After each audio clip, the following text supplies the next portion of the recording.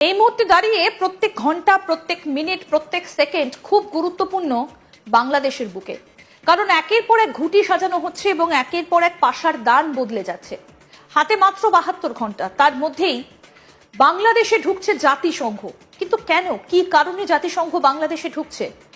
এই মুহূর্তে সব থেকে বড় যেটা প্ল্যান শোনা যাচ্ছে সেটা হচ্ছে সেনা প্রধানকে সরিয়ে দেবার, তাকে খতম করার একটা প্ল্যান নাকি তলে তলে একদম রেডি হয়ে গেছে।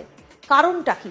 ওয়াকারুজ্জামানের বিরুদ্ধে কেন এতটা খারাপ একটা জনমত গড়ে উঠলো বাংলাদেশের এই মুহূর্তে দাঁড়িয়ে যে তত্ত্বাবধায়ক সরকার রয়েছে তার মধ্যে? কারণটা কি? আমরা এই সমস্ত বিষয় নিয়ে আলোচনা করব। বাংলাদেশের বিশিষ্ট আইনজীবী নিঝুম মজুমদার এই মুহূর্তে আমাদের সঙ্গে সরাসরি রয়েছেন। দাদা, আপনাকে স্বাগত জানাই আজ তাক বাংলায়। দুটো বিষয় আপনার কাছে জানতে চাইবো, সেটা হচ্ছে যে জাতিসংঘ কত তারিখে বাংলাদেশে ঢুকছে, কি কারণ, এবং সেনাপ্রধান ওয়াকারুজ্জামানের উপর রাগের কারণটাই বাকি। জাতিসংঘের যিনি প্রধান, তিনি বাংলাদেশে আসছেন 13 থেকে 16 তারিখ পর্যন্ত থাকবেন।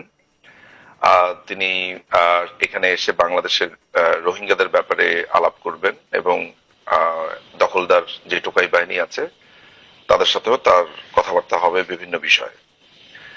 আর দ্বিতীয় যে প্রশ্ন আপনি করেছেন, আমার মনে হয় যে বাংলাদেশের বিষয়াদি সম্পর্কে আপনার তখন একটা খুবই পরিষ্কার ধারণা আছে। আপনি যদি আপনার মেমোরি রিকল করতে পারেন তাহলে আপনি জানবেন যে আমরা একটা দীর্ঘ সময় ধরে কিন্তু সেনাবাহিনীর ভিতরে অসন্তোষ, কি হচ্ছে না হচ্ছে, এগুলো নিয়ে আমরা কথা বলে আসছি। দেখুন, আমি ব্যক্তিগতভাবে যে তথ্যটা জানি সেটা হচ্ছে যে ইউনূসের সাথে সেনাপ্রধান ওয়াকারুজ্জামানের যেই মনোমালিন্যটা, সেটা গত 2-3 সপ্তাহ ধরে ভয়ানক রকমের শক্ত আকারে দাঁড়িয়েছে। এই জায়গাটার ভেতরে আমি যেসব অফিসারদের সাথে কথা বলেছি, বিশেষ করে লেফটেন্যান্ট কর্নেল, কর্নেল, ব্রিগেডিয়ার, এই অফিসারদের সাথে কথা বলেছি, সেখানে তারা আমাকে একটা ক্লিয়ার ধারণা দিয়েছে যে 5ই অগাস্টে যেই কারণে তারা আপনার তৎকালীন যে আপনার ওই সময়টাতে তারা কেন ইউনূসকে একটা প্যাসেজ দিয়েছে সেখানে বসার জন্য, তাদের যুক্তিটা হচ্ছে এমন যে আমরা চেয়েছি যে কোন ধরনের রক্তপাত না হোক, একটা সাধারণ বাংলাদেশ হোক, এই ধরনের কথাবার্তা বলেছে। যদিও সেগুলোর ঘোর বিরুদ্ধ, ঘোর বিপক্ষে আমি, সেটা আলাদা কথা। কিন্তু তাদের ব্যাখ্যার জায়গাটা হচ্ছে যে আমরা যেই চেষ্টাটা করেছি বাংলাদেশকে একটা স্টেবল জায়গাতে আনার জন্য, বাংলাদেশকে একটা ঠান্ডা অবস্থাতে ক্রিয়েট করবার জন্য, সেই জিনিসটাকে কয়েকশো গুণ বাড়িয়ে দিয়েছে এই ইউনূসের এই অবৈধ সরকার। কেমন? এইটার সাথে যোগ হয়েছে ইলেকশন নিয়ে এক ধরনের গড়িমসি খেলা, এক ধরনের কানামাছি খেলা। আজকে বলছে আমাদের আরো বেশি সময় লাগতে পারে, পরের দিন এসে বলছে যে আমরা একটা দল গঠন করব, অন্যদিন এসে বলছে যে সেই দল গঠন করবার পর আমাদের ওই দল পর্যন্ত, ওই দলের গ্রাম পর্যায়ে পৌঁছাতে হবে। সেনাবাহিনীর ভাষ্য হচ্ছে আমরা তো ভাই সার্বভৌমত্বের জন্য লড়াই করি, আমরা তো তোমার দলকে গ্রাম পর্যন্ত পৌঁছে দেওয়ার দায়িত্ব আমার না। হ্যাঁ, এবং তোমাদের ছেলেপেলেরা মাস্তানি করবে, চাঁদা চাবে, করবে এবং দেশের অবস্থা 12টা বাজাবে, জায়গায় জায়গায় গিয়ে নিজেকে সমন্বয়ক পরিচয় দিবে। এইটাকে আমি ধরে ধরে তো নিয়ে যেতে পারবো না। তার উপরে সেনাবাহিনীর একজন কর্নেল, ব্রিগেডিয়ার, তারা যেভাবে সারসার করে এইসব টোকাইদেরকে এই আপনার প্রোটোকল দিচ্ছে, এগুলো সবকিছুই জুনিয়র লেভেলে প্রচন্ড রকমের এক ধরনের ক্রোধের তৈরি করেছে। তার মধ্যে আপনার বিএনপি কেও এখন রাজনীতিতে আসতে দিতে চাইছে না, নানান ধরনের বক্তব্য। আওয়ামী লীগকে তো প্রতিনিয়ত গালিগালাজ করছে। অর্থাৎ এককভাবে ইলেকশনে যাওয়ার যে বাসনা, সেইটা সেনাবাহিনীর একটা বড় অংশ নিতে পারেনি। আপনি জানেন যে সেনাবাহিনীর যে হিজবুত তাহরির যে অংশটা, যেটা প্রবলভাবে সৈনিক লেভেল থেকে শুরু করে জুনিয়র অফিসার থেকে শুরু করে আপনার সিনিয়র অফিসারদের অনেকের মধ্যেই যেটা ছুঁয়ে গেছে, মানে একদম গ্রাস করেছে একটা বড় অংশ, সেইটা নিয়ে কিন্তু সেনাবাহিনী প্রবলভাবে কনসার্ন। আপনার সেনাবাহিনী থেকে অনেক জুনিয়র অফিসারদেরকে গত প্রায় 15 বছরে শুধু হিজবুত তাহরির, মৌলবাদ, এগুলো সংশ্লিষ্ট কারণে তাদের কোর্ট মার্শাল হয়েছে, বের করে দেওয়া হয়েছে, নানান ব্যাপার। তো গত 2 সপ্তাহ 3 সপ্তাহের ভেতরে এসব সমস্ত কিছু নিয়ে ওয়াকারুজ্জামানের সাথে আপনার ইউনূসের, আমি বলবো, প্রবল রকমের মনোমালিন্য। এবং সেটা খুবই প্রকাশ্য। তিনি যেটা বলেছেন যে আমি এই সরকারকে সাহায্য করছি তারা যাতে রান করতে পারে এবং একটা ইনক্লুসিভ ইলেকশন হয়ে বাস আপনারা চলে যাবেন, আপনারা কোনো নির্বাচিত সরকার না। ইউনূস এটা মানবে না। ইউনূস এখানে থাকতে চায় 5 বছর, সে এখানে 5 বছর থাকবে, সে দেশের প্রেসিডেন্ট হতে চায়, নানা ধরনের কথাবার্তা।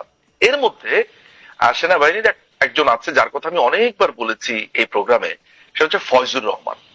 এই ফয়জুর রহমান হচ্ছে কোয়ার্টার মাস্টার জেনারেল, ঢাল নাই, তলোয়ার নাই, নিধিরাম সর্দার, তার কোনো ব্রিগেড নাই, কিছু নাই, তার কিচ্ছু নাই, হ্যাঁ মানে তার ভক্তও নাই, এরকম একটা অবস্থা। এবং সে হচ্ছে ওয়াকারুজ্জামানের প্রায় 5 কোর্স জুনিয়র মনে হয়। ওয়াকারুজ্জামান তো 13, ও হচ্ছে আই থিঙ্ক 10 ব্যাচ জুনিয়র মনে হয়, আমি ভুল না করে থাকলে। হোয়াট এভার, সোজা কথা হচ্ছে জুনিয়র। এই জুনিয়র অফিসার এখন রীতিমতো পাঙ্গা নিচ্ছে সে ক্ষমতা দখল করবে।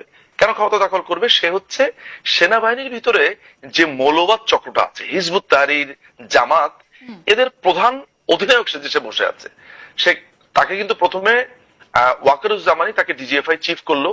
1.5 মাসের ভেতরে তার ঘটনা জানার পরে তাকে আসলে এখান থেকে সরিয়ে কোয়ার্টার মাস্টার জেনারেল করা হয়েছে। কোয়ার্টার মাস্টার জেনারেলের কাছে কিন্তু কোনো ধরনের অস্ত্র, গোলা বারুদ এগুলো থাকে না। সে আসলে অনেকটা অ্যাডমিনই আর কি, ধরে নেওয়া হয় যে ও হয়তোবা রেসে আছে পরবর্তী সেনা প্রধান হওয়ার, উইচ ইজ আমি মনে করি বাংলাদেশকে মানে একটা ভয়ঙ্কর জায়গাতে নিয়ে যাওয়া হবে তার ব্যাপারে যদি ওইভাবে চিন্তা করা হয়। সেটা আমরা পরে আলোচনা করব। কিন্তু আপনি এইটা জেনে রাখুন যে সেনাবাহিনীর ভেতরে একটা ভয়ঙ্কর রকমের উথাল পাথাল পরিস্থিতির সৃষ্টি হয়েছে। এটার কারণ হচ্ছে, আপনি দেখুন, আপনি আজকে বাংলাদেশের পত্রপত্রিকাগুলো দেখুন,